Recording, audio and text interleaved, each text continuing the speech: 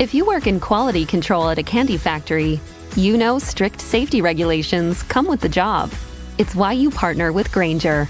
Grainger helps you find the high-quality and compliant products your business needs to inspect, detect, and help correct issues. And the sweetest part is, everyone gets a product that's as safe to eat as it is delicious. Call 1-800-GRAINGER, click Grainger.com, or just stop by. Grainger, for the ones who get it done. If you work in quality control at a candy factory, you know strict safety regulations come with the job. It's why you partner with Grainger. Grainger helps you find the high-quality and compliant products your business needs to inspect, detect, and help correct issues. And the sweetest part is, everyone gets a product that's as safe to eat as it is delicious. Call 1-800-GRAINGER, click Grainger.com, or just stop by. Grainger, for the ones who get it done. Now, The Hunt Palmer Show. Yes! I feel like I've been waiting for this my entire life. You're listening to The Hunt Palmer Show on 104.5 ESPN, Baton Rouge. Jolly good fun. Jolly good. Locking down the middle of the day. America's favorite daytime fun show. Live from the Mercedes-Benz of Baton Rouge studio. This is Hunt Palmer.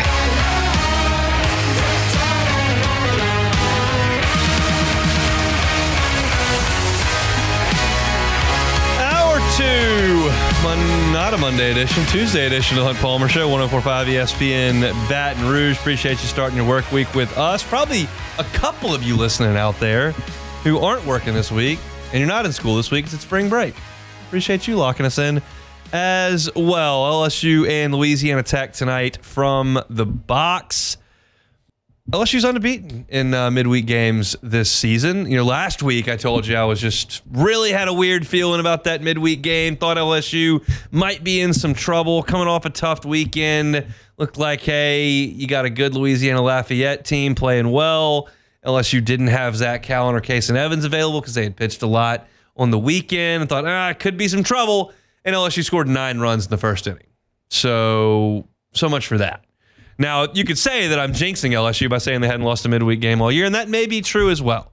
But statistically speaking, LSU's going to lose one of these midweek games at some point. And if you lose one of them, it's just not going to be that big a deal. Let's just not have that be tonight, huh? Louisiana Tech's playing some good baseball. Bulldogs have won 3 weekends in a row. They've won 7 of 10 overall. Of course, LSU's won 4 games in a row and has not, as I mentioned, dropped a midweek game all year. You know, Tech, after a long drought against LSU, has actually had some success in recent years. LSU beat Tech 12 in a row before 2019 when Louisiana Tech beat LSU 11-1. And then in 2022, Jay Johnson's first season in Baton Rouge, Louisiana Tech swept both games against LSU. They played that freezing cold game up in Ruston that Louisiana Tech won because Jordan Thompson was hurt and couldn't throw the ball to first base. And then Tech came to Alec Box and won an extra inning game by 1 run. So Tech's beat LSU a little bit in the last couple of years. We'll see if that continues this evening. As I mentioned, Bulldogs 17-11 on the season. They've got 1 SEC game to their name this year. That was against Oklahoma in Norman back on March the 12th. And OU won that game 9-5. Louisiana Tech, incidentally, is going to be here tonight for a 6:30 first pitch, and they'll be at Louisiana Lafayette tomorrow before going back to Ruston for their conference weekend. So 2 nights in South Louisiana for the Bulldogs. I wrote a little preview at LouisianaSports.net. You can go check that out at the website. But 3 former LSU Tigers are generally in the starting lineup for Louisiana Tech. We'll see what happens tonight. But most of the time, Brody Drost, Barb product, who was at LSU for a couple of seasons, is at Tech now. Zeb Ruddle, who was at LSU the last 2 seasons, is at Louisiana Tech. And then Will Safford, who feels like he's been gone for a while. It's actually LSU's opening day starter at second base. And that didn't last very long. But all 3 of those guys who were at LSU are at Louisiana Tech right now. Brody Drost is having the best year among them. He started 16 games for Tech. He's hitting .286 with a home run and 14 runs driven in. Zeb Ruddle has started 21 games. He's hitting .268. And Will Safford has had a rough go offensively, hitting .174 in 25 starts. But he does lead Louisiana Tech in steals with 9 of them. So we'll see those 3 guys at the box this evening. I am watching the catching position in the midweek because Cade Arambidi is doing a lot of that. And I think that's great for 2 reasons. One, you keep Luis Hernandez off his feet. He's the guy that's catching a lot of innings right now. And the way he's swinging the bat, you don't want his body to completely deteriorate over the long season. I mean, this is not a guy who has caught full college seasons. He's been a DH. He's played some first. He's caught a little bit. But this is going to be the biggest workload on him as a collegiate athlete. And when you've got an opportunity to get him off his feet, you got to try to take it. And Cade Arambidi has seized that opportunity. In the wins over UNO and UL Lafayette, the last two midweeks, Arambidi's 4 for 8 with a double, 2 homers, and 5 runs driven in. So, 1, you get reps for Arambidi. 2, you get Hernandez to rest. And so I'm curious to see what Cade Arambidi looks like tonight. Hopefully he continues to swing the bat well. And most importantly, catches the ball, because the defense is where he's got to make those strides to be the catcher of the future for LSU. I think by all accounts, LSU's really happy with the way that he's developed thus far, but you got to keep that going. And so hopefully Cade is in the starting lineup this evening. And then you got pitching plans, and this one is a little bit muddy because you can throw Jaden Newton this game. He threw 27 pitches on very early Sunday morning. Again, this is just a weird weekend to talk about because of the games that went till 1 o'clock and 2 o'clock in the morning. But Newt finished Saturday's game close to 2 o'clock a.m. on Sunday morning. He threw 27 pitches. He certainly can go out there and pitch. But it's unlikely, I think, that he does what he's done the last 3 weeks, which is throw 41, 67, and 62 pitches starting midweek games. I think he's probably closer to 20 pitches, maybe an inning of work tonight. You want to get that to start the game, try to get off to a good start? Great. It feels probable that William Schmidt is going to get some run this evening. He did not pitch over the weekend against Mississippi State. I think it'd be a great time to get him 2 or 3 innings. We talked about this a few weeks ago, that William Schmidt had kind of graduated from the midweek guy into the SEC weekend. Well, you've got a situation right now where somebody's got to pitch these innings in a midweek game, and you're probably not going to see any of Zach Cowan or Kason Evans in this game.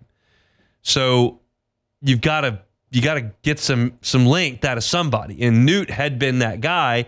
Maybe he's not now that he pitched late in the last game LSU played over the weekend. So I think my guess is that William Schmidt closed those 45 pitches tonight. Like, that's kind of what I think is going to happen. Most importantly, throw them over the plate. And at this point, you got to know these kids are thinking about that, because it's not just one guy who's isolated and is not quite getting the job done. Like, it's a host of players with the same issue. Too many walks, too many hit by pitches, too many 2-0 and 3-run counts. You got to try to nip that in the bud somehow, some way. So, yeah, I expect to see Jacob Myers tonight. Yes, I expect to see Cooper Williams tonight. Yes, I think Maverick Rizzi is available tonight. But I expect to see William Schmidt as well. And you're talking about a lot of really young pitchers that I just rattled off there. I think Connor Benj is probably available. He's pretty rubber armish, so you can go to him if you got any kind of trouble. But here's the biggest thing as far as winning the game goes from a pitching standpoint. It really helps the pitchers if you go score 10 or 12 runs. And that's what LSU has done a ton of in the midweek. Keep in mind, you're generally facing midweek arms from the other team as well. So when that happens, you got to cash in, you got to take advantage, you've got to score a bunch of runs. And if you can do that, you can allow these LSU pitchers that they want to get into the game a little bit of a leeway to get things done. So that's kind of what I'm expecting to see tonight. Again, like, it just feels like, and I'm really not even trying to like grease the wheels here or try to reverse jinx, or like, statistically speaking, they're not going to win all these midweek games. Like, everyone's gotten tripped up here or there, and LSU just hasn't to this point. I hope they don't. That'd be great if they don't. It's better if they don't. But everyone else has gotten clipped in one of these midweek games, and LSU is kind of skated. We'll see if that continues tonight. First pitch of the ballgame is at 6:30. You can listen to it on our sister station, Eagle 98.1. It'll be Chris Blair and Doug Thompson on the call. They'll be on pregame at 6 o'clock on Eagle, and then they'll have the entire call for you right there on the LSU flagstick, right here on this guarantee, under this guarantee roof. All right, let's take a time out. When we come back, we'll talk a little LSU football. Also got to get to some Saints football as well. It's a Tuesday edition of the Hunt Palmer Show. The Hunt Palmer Show. One Bath and Closets. OneBathAndClosets.com is the website. David Duvall and his team, 30 years redesigning and remodeling bathrooms and closets. Look, safety is a big issue in the bathroom, especially as folks we know age. Somebody in your life is aging, wants to stay home, and you feel like there are some inherent risks in the bathroom, do what you can to mitigate against those. Get the non-slip floors. Get a walk-in tub for convenience and safety. Put some guardrails in, or a shower with a bench. All those can be big deal to help try to prevent falls in a slippery area in the bathroom. David Duvall and his team do this kind of stuff all the time. So start with that consultation at OneBathAndClosets.com. Get that consultation. Talk about the financing available. They've got 0% for 18 months. Same as cash. Just got to see if you qualify. It's One Bath and Closets. You can find them online. OneBathAndClosets.com. This is The Hunt Palmer Show on 104.5 ESPN, Baton Rouge.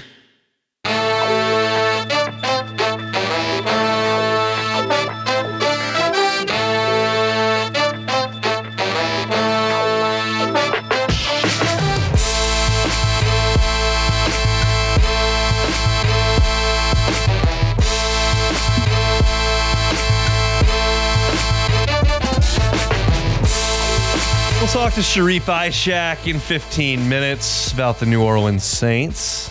Might mix some Pels talk in there as well with Sharief. We'll see what happens. You never know.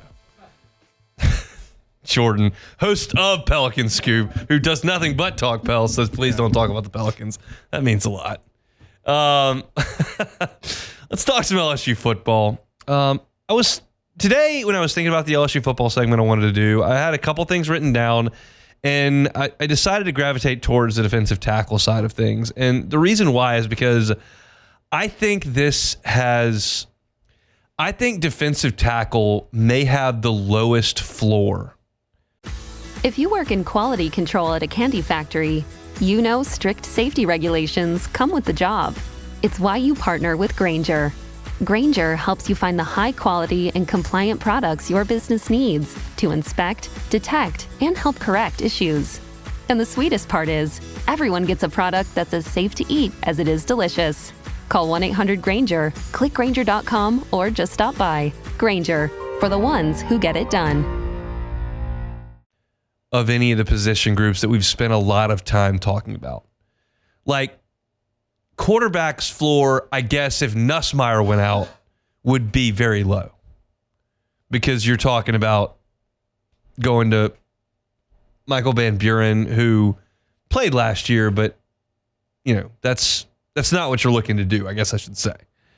But you look at full strength, if we're taking injuries out, I can't come up with a place on the field that I think could be a real problem outside of defensive tackle. Like, I guess corner could. I guess safety could. But that's like defensive end is not going to be a real problem on this team. Linebacker is not going to be a real problem on this team.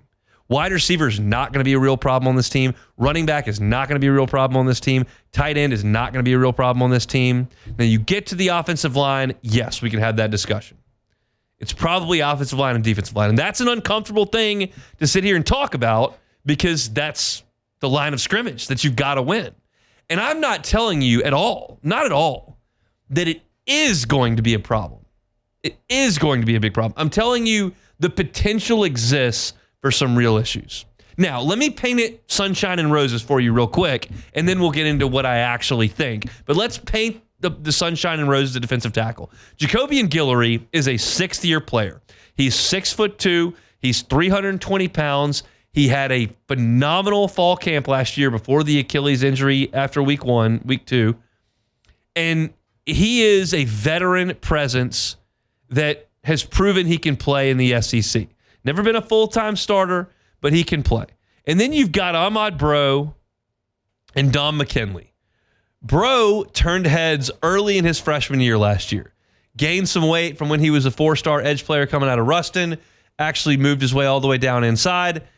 Played a lot. Was he uber productive? No, but played a lot as a freshman. That's a good trajectory to be on. McKinley has all the size, 6'6", 310 pounds, had 2 sacks in the game against Oklahoma. Like, there's real talent there that could be very, very helpful. And then you look at the rest of the guys that they've got at defensive tackle. You've got Zion Williams, who's a freshman. You've got Sean Washington. You've got Sydir Mitchell, who you brought in from Texas. You got Brandon Brown and Walter Mathis in this class. Like, there are a lot of numbers and some guys that have some potential. But that's the sunshine and roses piece to this. The other thing is, the other side that I could paint pretty easily is, okay, you've got Jacobian Guillory, who's basically been a backup for 5 years and is off an Achilles injury at 325 pounds. What can you really expect? Bro and McKinley are just that potential. They've never been really impactful interior defensive linemen in the SEC. They've been out there a little bit, but not really impactful. Sydir Mitchell was on the bench at Texas last year. Brandon Brown, Walter Mathis, true freshman. Zion Williams, freshman. Sean Washington, 4th year of college, never really been an impactful defensive lineman. So again, like, that's the two ways to look at it. I can paint it sunshine and roses. I can paint it as a very, very bleak picture. The truth of the matter is it's probably somewhere in the middle of that. It's probably not a disaster. It's probably not awesome. But how much Kyle Williams can get out of that group and what he can turn what's likely a rotation of Jacobian Guillory, Ahmad Bro, Don McKinley, Sean Washington, Sydir Mitchell. Like, that's probably the rotation. If a true freshman gets into the mix, great. But what can he get out of that? The best LSU football teams that we have watched have been elite up front. They have made life really, really difficult on opposing running games. And I think LSU at edge is going to be tough to handle. I think Jack Pyburn is hell on the run game. I think Jamari Butler is a big physical dude who can get in there and play the run. I think Patrick Payton is an immense talent. I think Gabe Relaford's got a chance to be an all-SEC player before he leaves LSU. Like, I think LSU on the edge is going to be a handful, both in terms of talent, skill sets, and depth. Because you got 5 guys you feel like you can play on the edge. Can the defensive tackles step up and be a great complement there? That remains to be seen.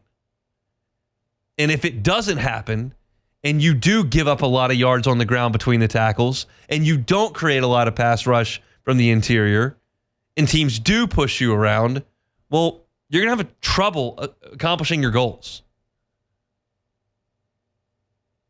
You just are. That's just a reality. Like, if you can't stop the run and create some pressure up front, you're going to have a hard time getting where you need to be. And again, I feel like every once in a while when I have one of these segments, I feel like everyone's listening going, "God, you're so negative." I'm not. I'm telling you it could be. But I am here to analyze the team.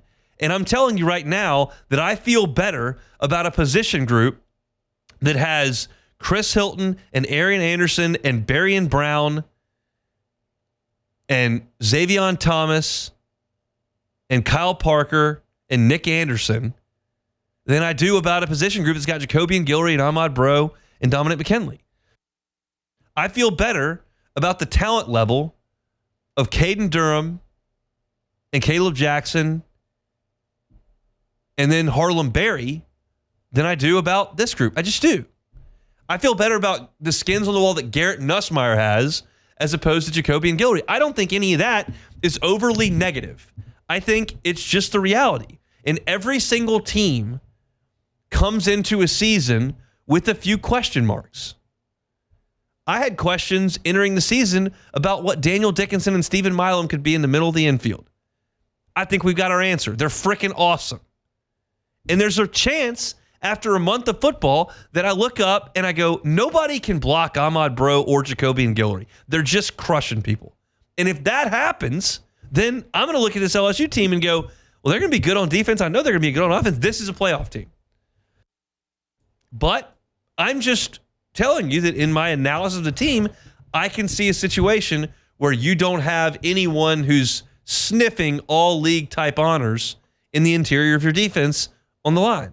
And that makes life a little bit more difficult trying to win at the highest level. I have very little doubt that these guys I'm talking about are good enough to play mediocre football. Like, I don't think they're just complete bums. Far from it. But are they elite? Think of the defensive lines LSU has had with their championship level teams. Marcus Spears, Marquise Hill, Kyle Williams, Chad Lavallee, Tyson Jackson, Glenn Dorsey, Michael Brockers, Benny Logan, Sam Montgomery, Barkevius Mingo. Like, those are dudes. Even Tyler Shelvin was a freaking handful in 2019. And you had him flanked by some really good players on the edges. Rashard Lawrence was an NFL player. Caleb Vaughn was a first-round pick. So I'm just curious about the development of that spot. And hopefully Kyle Williams can be a really big helping hand there. Because you know that group has been dealing with the complete revolving door of position coaches. It was Bo Davis before it was Pete Jenkins. And then it was, you had interim guys fill in because Jimmy Lindsey got sick, because Jamar Cain left. And it's just over and over and over and over.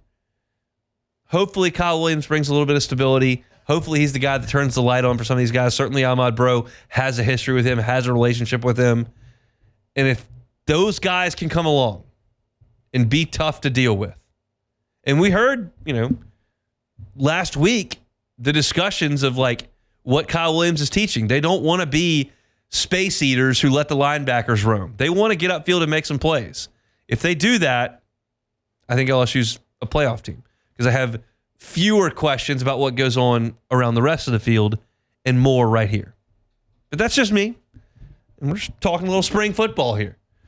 Guys are away for spring break. They'll come back next week for the final week of spring football, and then LSU's open practice will follow it that weekend, where you go get some autographs, and then they'll get into off-season conditioning and get ready for another football season coming up in 2025. Speaking of another football season, Sharief Ishaq covers New Orleans Saints, who are on the precipice of a new season. Cullen Moore down there in South Florida speaking with the media earlier today. We'll get Sharief's thoughts on what he had to say coming up next.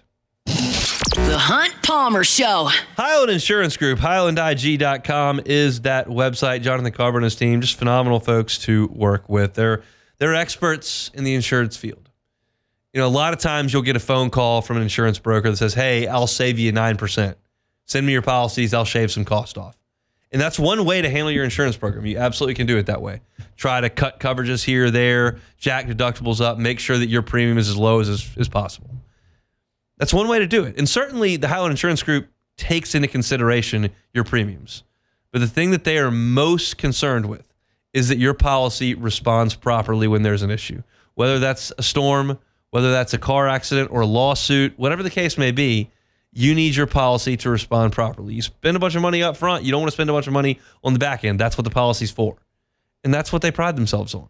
If you're trying to call, hey, I need you to save me 20% on my insurance renewal, probably not the call for you. They're not a magic bullet, but they can help you position your business properly with insurance at the right price. It's the Highland Insurance Group. Check them out online, HighlandIG.com, HighlandIG.com.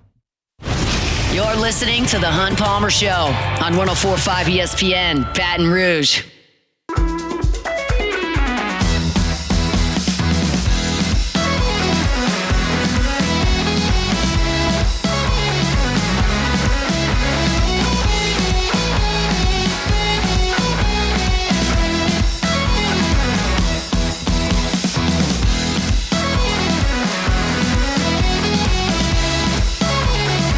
It's out to Jim's Firearms Hotlines, where we find our guy Sharief Ishaq, WDSU, down in New Orleans, talking all things 504. Sharief, how are we doing? Better that I got to hear your voice past midnight. There were some people in my house that weren't thrilled with me being at the box until 2 o'clock in the morning, but it is what it is. They won, at least. Yeah, I got what I wanted. Thank you. I'm glad I could be there to help you. The Saints, let's talk about them. Do you think they're going to take a quarterback in the NFL draft? Well, if it's Fletcher, he wants Jackson Dart 10 times if you can give him Jackson Dart 10 times. Why does he want Jackson Dart 10 times? He just loves Jackson Dart. He's a Jackson Dart guy. He's been on his bandwagon since day one. You've seen him more than I've seen him. I've only watched him the 2 games he's played against LSU. His stock is rising. I mean, he's got potential for sure, but I'm not drafting him at number 9 overall. Maybe at number 40, I would do it. As for Shedeur Sanders, I might draft Shedeur Sanders at number 9, but I think I'm in the majority. I don't even know if I'm going to draft a quarterback, honestly, Hunt. I think I'd want to address the rest of my team and worry about that next year. What do you think Kellen Moore thinks? Well, he's a quarterback guy, obviously. He's been all these pro days checking out all the quarterbacks. He's probably thinking, what can make my team better this year? But I know they're thinking, he's probably thinking past this year and the ecosystem and having it, having this, team fully replenished for the future. So I'm guessing they're going to probably try to stock up on many positions. What would be perfect for him is if they let him be in control of some of this draft and trade back instead of trading up, like Mickey loves to do. So I just think they need to get pieces around Derek Carr and this entire team in general and get deep in a bunch of areas. And if quarterback is there at 40, do it at 40. But I would try to stay away for it at number 9. Here's one of my favorite things to do. It's to ask unanswerable questions. Questions my guests couldn't possibly know, but I do it sometimes. Here comes one. How much say do you think Kellen Moore is going to have in how the Saints approach the draft? I'd probably say 10%, 20%. I think that he knows that Jeff Ireland and his guys and Mickey are going to be mostly in charge of that because that's what they do here. He knows that. I think he knows that's what they do here. I think he'll give them input. I think the only person who really had a strong amount of input more than anyone during this time in the last 20 years is Sean Payton. Sean had a lot of input, one of the players he wanted in the draft. I think now that Sean's out the building, I think they have more control.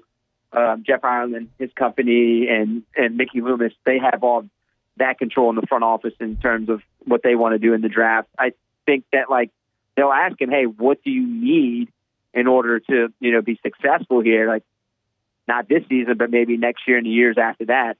And they probably will listen to him. But I would love for Kellen Moore to have more input. I would love for him to bring that Philadelphia mentality and say, hey, they have a bunch of good players that we can get after number 9. Let's move back 5 or 6 spots, collect some picks, and let's reload this entire team.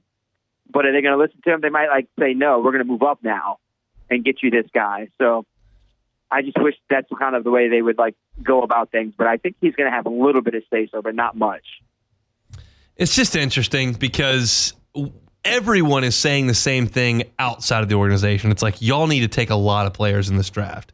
And you look inside the organization and they just continue to operate the way that they've always operated. And it is a fascinating case study to me on a franchise hell-bent on doing it its way when everyone on the outside's going, this doesn't look like it's working at all. It's like that. It's like those offenses that are stuck running underneath the center, a fullback and running back, while other teams are running 5 wide and pass-happy offenses. It feels like the Saints are still stuck in the old days. They just won't they will not adjust to what everyone else is doing. They will not I feel like sometimes they're too proud. They're like, we're going to do it our way and we're going to show you that we can do it our way and still win. Unfortunately, it has not worked for them. I think everything's passing them by. It's time to get with the times. It's time to become a team that is in 2025 and not 1925. So I think it's time for them to start thinking like other teams do when it comes to the draft. Kellen Moore spoke today and expressed his confidence in Trevor Penning as the franchise's right tackle. What do you think about that? I think I've told you a few times, I'm good with the offensive line outside of guard. They need to find left guard. I like what Trevor Penning did last year. I mean, he was serviceable. Now he needs to get beyond that, that mark. He has to show that he's a even better and more reliable and serviceable right tackle, because Fuaga, they're set there at left tackle. Awesome. They're set at center with McCoy. They're set at right guard with Cesar Ruiz. The two questions become is the right tackle and left guard. Could Trevor continue trending in the right direction? Because there were times where the penalties did haunt him. But then there were times he was the best offensive lineman in the game. But he needs to be that best offensive lineman in the game next to Fuaga. So, yeah, I like it. I mean, you invested a first-round pick in him. So you better like him at that right tackle position. Now, if there's another tackle on the board in the second round that you want to take, they could probably play guard and tackle, you take them and see what happens. They need to draft another offensive lineman, Hunt, whether if it's a guard or a guy who play guard and tackle. It has to happen. So I think that they're in a decent spot with Trevor Penning, leaving him there at right tackle, though. I just feel like they've got to, in some way, shape, or form, over the next two drafts, draft 5 starters. In terms of the entire team or in terms of the offensive line? No, the entire team. Yeah. They have not had a hit rate. You cannot continue to stack up Isaiah Foskey's. Like, you can't, you'll never get out of this rut. No, listen, I don't care about free agency. Let me make that clear. You're only going to be successful future-wise if you hit on these next 2 drafts. You have to have like this 2017 draft again. I'm not saying it's going to be like a perfect hit, but you have to get close to the 17 draft. You have to find starters. I'm going beyond what you're saying, 5. I think they need to find 8 starters. They need to find 2 drafts. They have a chance with 2 drafts to find 8 starters in your next, for your future. They should be able to do that. I mean, they have enough draft picks. They're not giving away any picks yet. You have enough draft picks to make it. Look, they got 9, 40, 71, and I think 93. They got some high value picks this year. They really do have. They can make it even better if they can just move back from 9 to 15. They can add more picks, and they can be a little bit more of a sustainable franchise and a smarter franchise by doing that. But that's not what Mickey's going to do. No. That's what everybody here wants them to do, but that's not what they're going to do. That's how you get more starters. That's how you become a successful team and franchise in the future, is by drafting, not free agency. They need to draft better. We'll see. Draft coming up later this month. All right, let's transition over to the Pels, Sharief, as they wind things down. They're sitting everybody for the rest of the season. The guys on the morning show here this morning were going through some of the numbers of how many games Zion and Brandon Ingram and Jose Alvarado and TJ McCollum and Trey Murphy have played and how many they played together, and it's just mind-blowing. Did you learn anything about the Pelicans this season at all, or was it just a complete waste?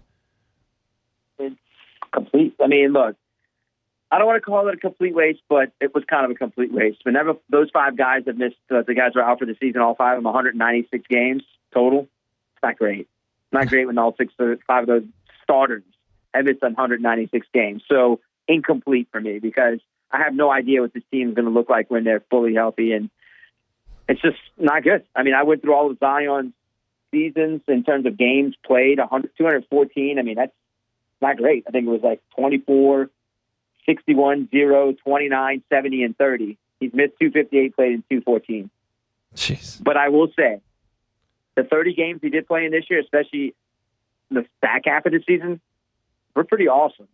If you get that type of Zion Williamson for 65 games, that's awesome. He played 70 last year. You're going to say, Sharief, well, he won't play 65. But he played 70 last year. And then he played 61 another year. You just got to avoid the 24 and 29 seats. He's got to be on the court. And I think that, I think most of the problems why he didn't play this year is because the team was pretty tanked out. They were done. Yeah. They weren't going to risk him getting hurt so they can keep him healthy going into the offseason. That's, I think the number one goal was whenever they decided to stop playing him a lot, didn't play him in back-to-back games. The season was already over. But what you saw of him on the court, that should be at least a positive sign. But the rest of the team together, it's incomplete. It's just, I've been saying this years after year. It's always incomplete. I mean, even today, when I asked Jose Alvarado, hey, man, you getting tired of this is how many games all you starters in this and what you could possibly look like if you're healthy? He goes, I'm sick of the what ifs. He's like, I'm seriously sick of answering the what ifs. What if we are healthy? He's like, we're not. We have to find a way. Simple. I mean, what ifs aren't good enough. He's right. Yeah, no doubt. It's just been really, really frustrating. Any chance they can get Cooper Flagg? Look, man, I think karma, like they've had so much luck on their side. And look, they've been tanking the right way. I mean, you think about the teams who've been tanking, like obviously tanking in front of our own eyes, Utah, the Wizards, Charlotte not playing all their players, and the Pelicans, at least they tanked by losing with their players. So I think they should be rewarded. But they've been rewarded twice already with the number 1 pick, and it's not worked out. So it's probably going to be someone else's turn. It's probably going to be Utah or Washington. But it'd be great to have Cooper, Trey, Zion, DeJounte, all those guys in the lineup together. But, they have a 12% chance if they land at number 4, 11%. Yeah. I don't know, man. It'd be great. But 1 out of 10. You're telling me there's a chance. Yeah. We'll see. Yeah. All right, Sharief, have a great weekend. We'll talk next week. All right. Sharief Ishaq, WDSU down there in New Orleans. I wish the Pels would get Cooper Flag. I think that'd be awesome. We're getting Cooper Flag, Jordan? No. Why? Oh, I literally made a video about this today. It's not what you think. It's more about the teams that are, I would say, above the Pelicans, which I mean worse. Yep. They're just that much worse than the Pelicans. So it's just like, if you had to ask me right now if I was a betting man, We're going to get one of the 2 Rutgers guys. I'll be happy with that. I would definitely Dylan Harper because DeJounte's out for the foreseeable future. But if you had to ask me right now, Cooper Flag will be in the Utah Jazz. Who's Rutgers head coach? The 2 top 5 That's picks. that's what I was thinking too. They didn't even they didn't make the tournament. Yeah, they didn't 2 make the top tournament. 5 picks. They didn't make the tournament. In basketball, you need if you have one. Some teams have one good player and they're really good. Yeah. This is a stupid thing, but we have some time, so we'll kick it around. Barstool ran a little Ask the Office thing. Said, who's the worst player in the NBA that would take a 16 seed and win the national championship? I don't... maybe... I guess if you put Giannis on a 16 seed, they're going to win the championship, but I'm not 100% convinced of that. No, I don't even know about that. I don't know. I mean, Giannis going to be tough to guard. I'm about to say he's one of the best. No, that's what I'm saying. I'm going to the extreme of on the best side. Okay. I don't think you can take Trey Murphy from the Pelicans and put him on a 16 seed. They're not winning the championship. They're not going to beat Duke. The worst. No, I don't even. Yeah, I don't. It's hard to basketball. Yeah, if you have one player. I mean, the college kids are not going to be able to guard Giannis or Jokic or any of those guys. Like, they're going to be a problem. Yes. But you start talking about just your random wing from the NBA? No. No. They're not going to win the championship. They were asking these former NBA guys, they were asking, Pat Bev. And he was saying, there's, dozens of guys that would win the championship. Would a 16 seed? Yeah, I don't think that's right. No, because they have to play a 1 seed. They play a 1 seed the first game. So they have to play one of the best teams in the tournament in the first game. So I just don't think that these guys on these really good teams can play a little bit of defense. Yeah, but you're going to be playing against a team that probably has NBA caliber players on it. Yeah. So it's not like you're playing against a mid-level college team. I mean, I'm with you. I didn't think I thought it was kind of a weird question, but it's one of those unknowable questions. So if you put Giannis on the 16 seed who played against Duke, they're not winning. You don't think so? No. Giannis might run to their face, man. Giannis might score 65. I'm about to say Giannis might score 60. I don't know if he's going to score 60, but I think Duke. I mean, he scores 50 in NBA games. I'm about to say, I'll say the worst player. I ain't gonna say they'll make the championship, but if you put Zach Edey on a 16 seed, they can make a run just because how big he is. Yeah, but he just played. He played with Purdue. Last year. But I'm saying they wouldn't make the championship. I think he would knock a couple teams out just because he's 7'4". You just have to. We just watched him. I'll just double him, and then he maybe still gets 25 or 30, but you can beat him. Worst player's hard. It's all those hypotheticals. Sometimes they're really good discussions. Sometimes they're really stupid. I can't even tell if that one's good or not. Yeah, I don't know. Let's take a time out and close it up next. The Hunt Palmer Show. Genesis of Baton Rouge. GenesisofBatonRouge.com. Look, no one loves taking time out of your day to go to the service station, sit there and watch Price is Right, have them wait to get to your vehicle, then they get to your vehicle, and then you got to wait for them to work on the vehicle. And by the time you get your car, you've wasted half your day. That's not ideal for anybody. That's not going to happen if you're a Genesis driver because they do valet maintenance. They're going to come to you, pick your car up, leave you a loaner. So it's not like you're out of car. You've got a car. Go about your day. They take your car back to the shop. They handle your maintenance, whether that's the oil change, air filter switch, wipers, wiper fluid, whatever the case may be. They handle it. They bring the car back to you. You never miss a beat. That's just part of being a Genesis driver. Also part of being a Genesis driver, 10-year, 100,000-mile warranty. 10-year, 100,000-mile warranty. When I say Genesis of Baton Rouge, you should think luxury vehicle. That's what it is. It's at an affordable price. So go by and see him at Airline Highway near Pico. It's across from Women's Hospital. It's Genesis of Baton Rouge. You can find them online at genesisofbatonrouge.com. This is the Hunt Palmer Show on 104.5 ESPN, Baton Rouge.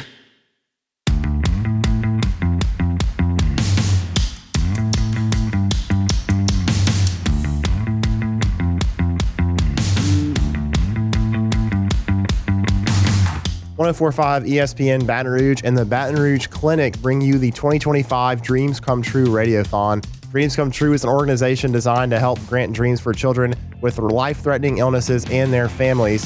The Dreams Come True Radiothon is also presented by Lewis Mechanical, Patient Plus, and Action Industries, plus Subaru of Baton Rouge, Service Chevrolet, Luba, and Duplessis Pool Builders. Visit 1045ESPN.com to help us reach our goal, and together we can make dreams come true. Feeling a little under weather there, Beck? Yeah, you can't tell? I can. That's why I brought it up. Yes, I have a bit of a cold. I pretty much usually have once a year I'll have a cold, and it starts off with a sore throat, then it's scratchy throat, and then it goes from there to the coughing, and then you have the nasal congestion, and then it's over. So I'm at about day 3 of usually 5. So I'm at the tail end, I think. Good. Well, we'll be pulling for you. Thanks. I appreciate that. I think I was sick all last week. Yeah, I'm trying to stay away from you, hon. I don't want to get you sick. I'm good now. Okay. We're good to go. And I don't think anybody else in my house got sick, which was That's really very good. important. Yes, very important. All right. Should I go to the crawfish boil? Well, I didn't have that and take it or leave it. You did? All right, we can do that then. Let's do that. Take it or leave it. Take it or leave it. Today's hottest stories in sports, news, and sometimes even Hunt's life. The question is, will he take them or leave them? All right, first one. Boiled crawfish in the parking lot. Take it or leave it. I'm pro boiled crawfish in most senses. So, I may go down there and see what it's about. Well, you have to answer the question, Hunt. I'll take it. I'll take it. Appreciate the good people here at Guarantee for throwing us a crawfish boil. Very nice. Very much appreciate that. They had it set up. They had the tent all out there, and I was walking down for the show, so we'll see. I think they've been at it for an hour now. Yeah, so I'm interested to see what the allotment looks like now. Yeah, and you never know when there's going to be news. Yeah. I don't see any news that I have to go right for the website, so maybe you can make some time to go down there. We'll see. All right, next one. The Cubs have 2 Silver Slugger catchers. Take it or leave it. I'm going to leave that. Leave it alone. I don't think... Amaya might be able to hit. Kelly definitely can't hit, even though he hit for the cycle last night in a AAA ballpark. First time in 30 years. Yeah, AAA ballpark. Yeah, but it's not a small park.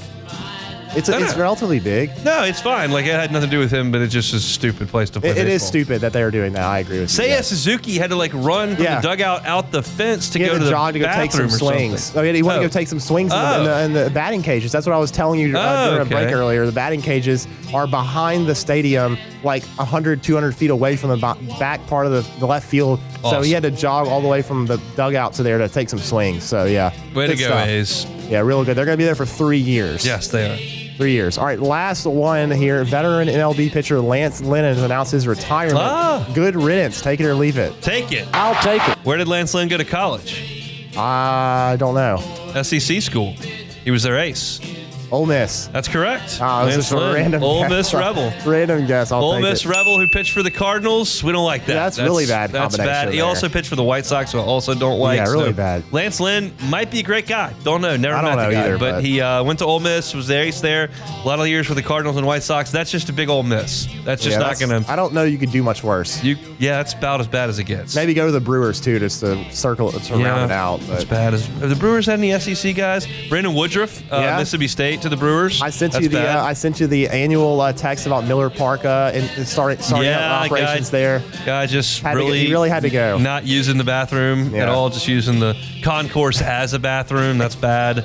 That's people in Milwaukee. Miller Park things. The Brewers have the worst ERA in baseball history after 4 games, so that's bad. And that's usually their strong suit is pitching. Well, not when this you year. let all your pitchers go, they're not usually going to be bad. It's tough.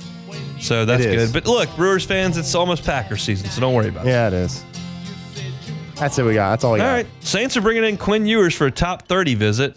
Top 30 visit. What does that mean? I think you get to bring in 30 guys for visits. Oh, I thought it sounded like it was like a recruitment thing. Like he's like a top 30 guy. I'm learning a lot of these things as we kind of go along because Ross is all over at LouisianaSports.net, so he's about to have a story up on that. I've given you my thoughts on Quinn Ewers. I think it's a good go if you get him in the 60s, 70s, 80s, third, fourth round. Not necessarily at 9, which they wouldn't draft Quinn Ewers at 9 anyway, but that's just the point remains. I like the Saints taking a quarterback late. I do not like the Saints taking a quarterback What early. about Kyle McCord or Quinn Ewers? I would take Ewers first, but I'm perfectly okay taking a flyer on McCord. Yeah. I saw like Ross did a mock draft that had McCord in the 6th round. That's pretty good. Sign me up. Guys, 6'3", former like high 4-star recruit, threw for 1 billion yards at Syracuse. Yeah. If it doesn't work, doesn't work. Most 5th-round picks don't work. So, yeah, I'm all in for that. All right. That's it for a Tuesday edition of the Hunt Palmer Show. Want to remind y'all, if you had not heard this earlier, we're going to have sports trivia again this evening at Pizza by Roan's on Perkins. Always a big time. So come on out and see us. Pizza by Roan's, 8 o'clock. You can bring a team or come by yourself. You can win gift cards, cold beer, wings, pizza. It's a great time. They got great food over at Pizza by Roan's. So hope to see you tonight, 8 o'clock at Perkins location. If you missed any of today's show, you can catch it on demand wherever you find your sound. It's the Hunt Palmer Show. Like, subscribe, rate, and review. Open the show today talking about the 2 transfers at LSU basketball pulled in.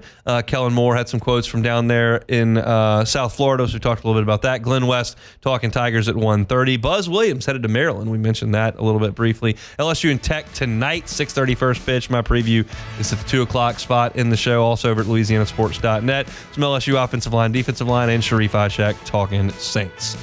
That'll do it for us. Matt's going to drive you home next one after further review. We're back tomorrow, same time and same place with a Wednesday edition of the Hunt Palmer Show. The Hunt Palmer Show.